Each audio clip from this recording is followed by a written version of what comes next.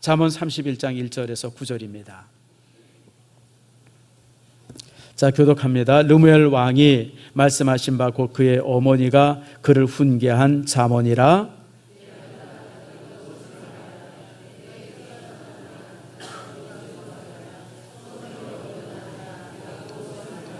네 힘을 여자들에게 쓰지 말며 왕들을 멸망시키는 일을 행하지 말지어다.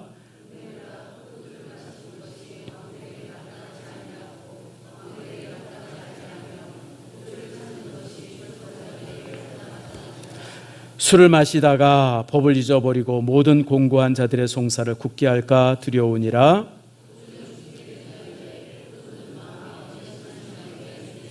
그는 마시고 자기의 빈궁한 것을 잊어버리겠고 다시 자기의 고통을 기억하지 아니하리라. 함께 읽습니다. 너는 입을 열어 공의로 재판하여 곤고한 자와 궁핍한 자를 신원할지니라. 아멘. 기도하겠습니다. 하나님 감사합니다. 오늘 이 시간 이제 아프리카에서 정말 어렵게 힘들게 사역하는 선교사님들의 이야기를 잠깐 나눴습니다. 그곳에 이제 많은 교회가 세워져 있고 많은 사역들이 수고합니다. 그러나 코로나로 인해서 교회들이 지금 무너져가고 있습니다.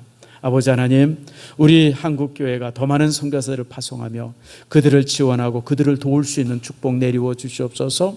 함께 MOU를 맺어서 이제 돕기로 약속을 했는데 이제 우리가 구체적으로 도울 수 있는 방법들을 교회 안에서 찾을 수 있도록 은총 내리워 주시옵소서. 오늘 시간 말씀을 나눌 때 말씀이 우리에게 놀라운 은혜가 되기를 소망합니다. 우리를 감동시켜 주시옵소서. 예수님의 이름으로 기도드립니다.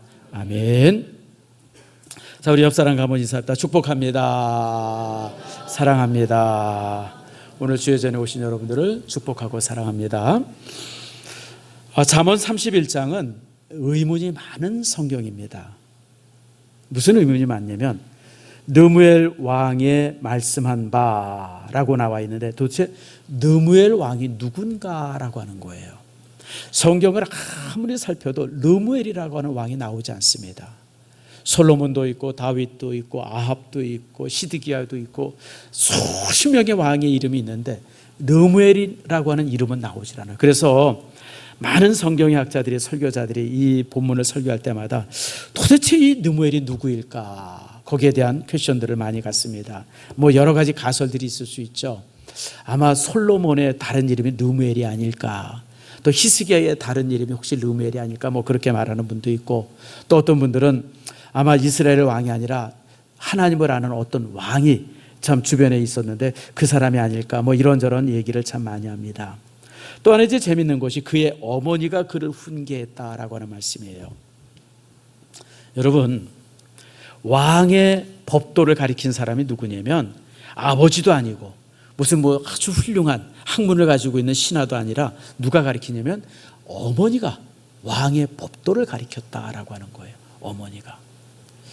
이스라엘 민족에게는 독특한 습관이 하나 있습니다. 우리는 보통 결혼을 하거나 자식을 낳으면 항상 부계를 쫓죠. 아버지가 만약에 이제 한국 사람이면 그 아이는 누구죠? 한국 사람이에요. 근데 어머니가 한국 사람이면 그 한국 사람으로 치지 않죠. 근데 이스라엘은 반대입니다. 이스라엘은 어머니가 유대인일 때 유대인으로 칩니다. 그러니까 만약에 아버지가 유대인이고 어머니가 이방인이에요. 결혼하면 유대인으로 받아들이질 않습니다. 그 사람은 이방인이에요. 근데 아버지는 이방인이고 어머니가 유대인이면 그리고 그런 가정에서 태어나는 사람이면 그 아이를 유대인으로 받아들입니다. 유대인 공동체 속에서. 그래서 일종의 유대 사회는 모계 사회입니다.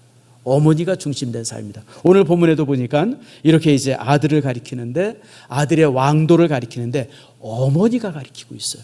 어머니가 너는 이렇게 해라, 이렇게 해라, 이렇게 가리키고 있죠. 자, 그런데 여기서 또 하나 우리가 볼 수 있는 것은 그러면 우리 말씀이 우리랑 무슨 상관이 있느냐라고 하는 거예요. 왕의 법도를 가리키는데 왕의 법도가 우리와 무슨 상관이 있느냐? 상관이 있습니다. 왜냐하면 베드로서 전서 2장 9절 말씀을 보니까 따라합시다. 우리는 왕 같은 제사장이요. 여러분, 우리는 왕 같은 제사장입니다. 우리가 이 땅에서 한 사람 한 사람 성도로서 살고 하나님의 자녀로 살지만, 그러나 우리가 이 땅에서는 왕 같은 제사장으로서 왕의 권위를 가지고 삽니다. 그리고 예수님께서 우리를 향해서 세상의 빛과 소금이 되라고 말씀하십니다. 그러므로 오늘 이 본문에 있는 말씀은 단순히 구약시대 때 어떤 왕에 대한 교훈이기도 하지만, 동시에 우리가 이 땅에서 빛과 소금으로 살아야 하고 왕 같은 제사장으로 살아야 할 성도들이 가져야 할 삶의 태도이기도 합니다. 그래서 우리가 이 땅에서 어떻게 하면 우리가 이 땅에서 왕 같은 제사장으로 살 것인가, 어떻게 우리가 이 땅에서 빛과 소금의 직분을 다하면서 살 수 있는가라고 하는 것을 오늘 본문의 말씀을 통해서 우리가 이제 살핍니다. 제일 첫 번째 있는 말씀은 3절입니다. 3절 말씀 같이 한번 읽겠습니다. 시작. 네 힘을 여자들에게 쓰지 말며 왕들을 멸망시키는 일을 행하지 말지어다. 내 힘을 여자들에게 쓰지 말며. 여러분, 이 고대 시대 때는 왕이 모든 것의 주인이었었어요. 우리나라도 마찬가지죠. 왕이 되면 그 나라의 모든 것이 자기 거예요. 남자, 여자, 재산, 땅, 모든 것이 왕의 것입니다. 왕의 것이에요. 그러니 여러분, 옛날 왕들이 얼마나 호색했습니까? 우리나라도 보면 무슨 백제시대 때 마지막 왕이었던 의자왕, 삼천궁녀가 있었다. 근데 내가 아무리 봐도 뻥인 것 같아요. 제가 낙하암에 올라가서 이렇게 보면서, 야, 여기서 떨어져 죽으려면 애 많이 썼겠다. 낙하암 보신 분 한번 손 들어보세요. 낙하암 높이가 기껏 한 4, 5m밖에 안 돼요. 거기 떨어지면 죽을까요? 아니요. 기껏 다쳐봤자 다리 하나 부러질 정도지. 근데 전설에 그 낙하암에서 삼천궁녀가 떨어져 죽었다는데 내가 볼 때 뻥이에요. 그래서 아이고, 그리고 또 백제시대 때 그렇게 많은 여인이 있을 수도 없었고, 아무튼 그러나 어쨌든 간에 이제 이 왕들에게 있어서 그게 심각한 문제가 되어지죠. 오늘 하나님께서는 왕에게 이 어머니는 자기 아들에게 제일 먼저 그 교훈하는 것이 호색하지 말아라.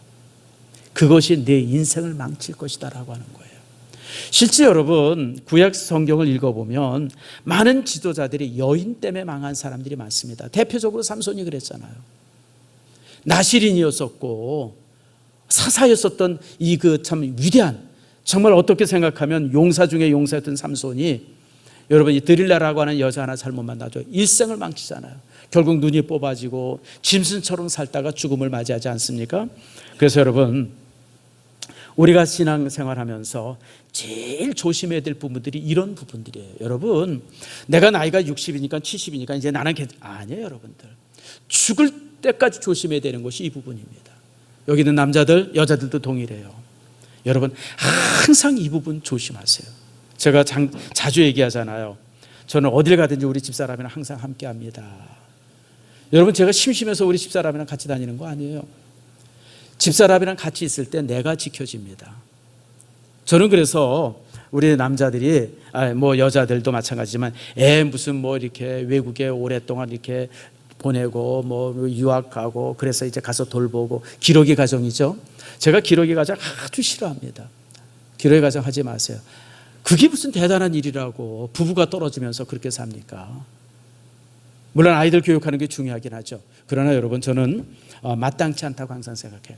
부부는 어디를 가든지 항상 함께 해야 돼요. 회사 가고 직장 가고 이런 거 어쩔 수 없지만 그 외에는 모든 곳에 부부가 함께 해야 합니다. 종종 요즘에 보면 또 내가 아주 보기 싫은 것 중에 하나가 있어요.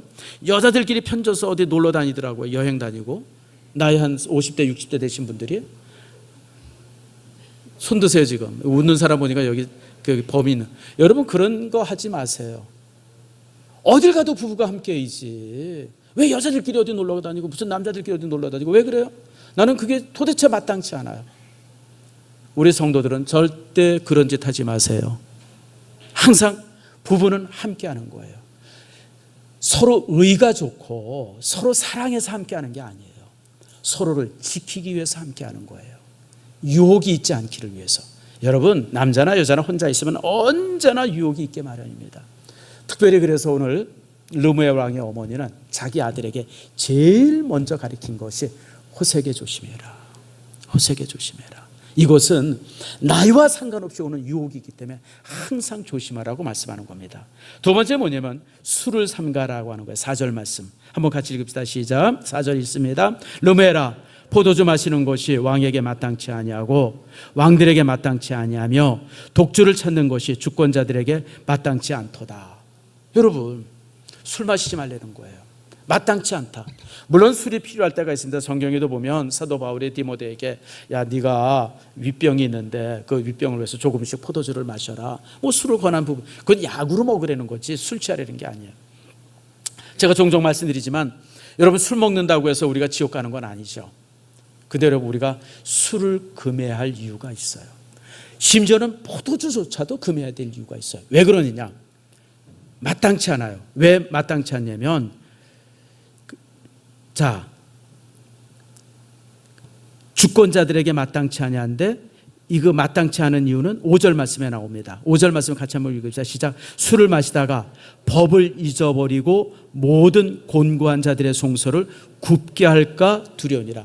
다시 말하면 술 취해서 정신이 제대로 없어가지고 제대로 이렇게 해서 이제 이렇게 그 왕으로서 그런 이제 재판을 한다든지 판결한다든지 이럴 때 잘못되는 일들이 얼마든지 있을 수 있으니까 포도주도 마시지 말아라. 무서운 명령이에요. 옛날 왕들은 뭐 자기 마음대로 술 마시고 그냥 자기 마음대로 첩도도 되는데 어머니가 아들에게 아주 엄하게 명령합니다. 여자 조심하고 두 번째 술 마시지 말아라. 그래야 내가 왕으로서 온전히 살아갈 수 있다는 거예요. 우리 믿음의 사람도 마찬가지예요. 우리 믿음의 사람들도 항상 이런 부분들 속에 자신을 잘 일깨울 때, 이제 자신의 어떤 그 자제력을 가지고 자신을 이렇게 극복할 때 우리가 신앙인답게 살아갈 수 있어요. 신앙인답게. 우리 믿음의 사람들이 그냥 아이고 뭐 그냥 뭐 다른 곳에서 우리가 기쁨을 찾으면 안 돼요. 오락에서 기쁨 찾아도 안 되고 무슨 게임에서 기쁨 찾아도 안 되고, 우리 믿음의 사람들은 오직 기쁨을 찾을 수 있는 곳은 어느 곳입니까? 예배를 통해서, 말씀을 통해서 우리가 정말 하나님 앞에 신실하게 섬으로 인해서 우리의 삶에 어떤 그 이제 에너지를 얻어야지, 그런 것에서 에너지를 얻으려고 그러면 인생이 망쳐질 수 있어요. 신앙인으로서 존중받지 못할 수가 있습니다. 그래서 항상 이런 것에 주의하라고 말씀합니다. 그리고 나서 또 8절에 이렇게 말하죠. 8절 말씀 한번 읽습니다. 시작. 너는 말 못하는 자와 모든 고독한 자의 송사를 위하여 입을 열자다. 말 못하는 자라고 하는 것이 무슨 뜻일까요? 벙어리를 얘기하는 게 아니에요. 뭔가 재판을 한다든지 이러고 그럴 때 배운 사람들은 아주 말끔하게 말하지만 못 배운 사람들은 대대로 이게 말을 못하는 거예요. 그냥 떠듬떠듬하고 제대로 못하는 거죠. 그런 사람들을 얘기해요. 다시 말하면 약자들을 얘기해요. 힘이 없는 사람들, 가난한 사람들, 말 못하는 사람들, 배우지 못한 사람들, 항상 그들 편에 서라. 그들 편에 서라는 거예요. 여러분, 우리가 살다 보면 있는 사람들, 잘 배운 사람들이 더 좋아 보일 때가 많잖아요. 그런데 그러지 말라는 거예요. 항상 가난한 사람의 편에 서고 연약한 사람의 편에 서라고 하는 말씀을 주고 있는 겁니다. 9절도 동일한 말씀이에요. 9절도 보면 너는 입을 열어 공의로 재판하여 곤고한 자 궁핍한 자를 어떻게 하라? 신원하라. 이 신원하라고 하는 말의 뜻이 뭐냐면 디펜스, 방어하려는 거예요. 가진 자와 힘없는 자가 이렇게 싸우고 그럴 때마다 너는 항상 약한 편에 서서 법을 집행하려는 거예요. 우리 성도들의 시선이 그렇습니다. 교회 안에서 우리가 항상 가져야 될 시선의 위치는 낮은 사람을 향해서 항상 시선이 내려져 있어야 돼요. 높은 사람 바라보는 것이 아니라 항상 나보다 연약한 사람, 가난한 사람, 부족한 사람, 그런 사람들이 항상 우리의 시선이 모아질 때 그것이 왕 같은 제사장의 역할이 되어지고 땅에서 빛과 소금의 직분을 다하는 거라고 오늘 우리에게 말씀하십니다. 오늘 본문의 말씀 여러분들이 기억하시고 여러분들의 마음이, 여러분들의 삶이 정말 땅에서 왕 같은 제사장으로 살아갈 때 여러분들이 어떻게 살아야 되나 여러분들이 잘 기억하는 여러분들 모두가 되어지기를 축복합니다.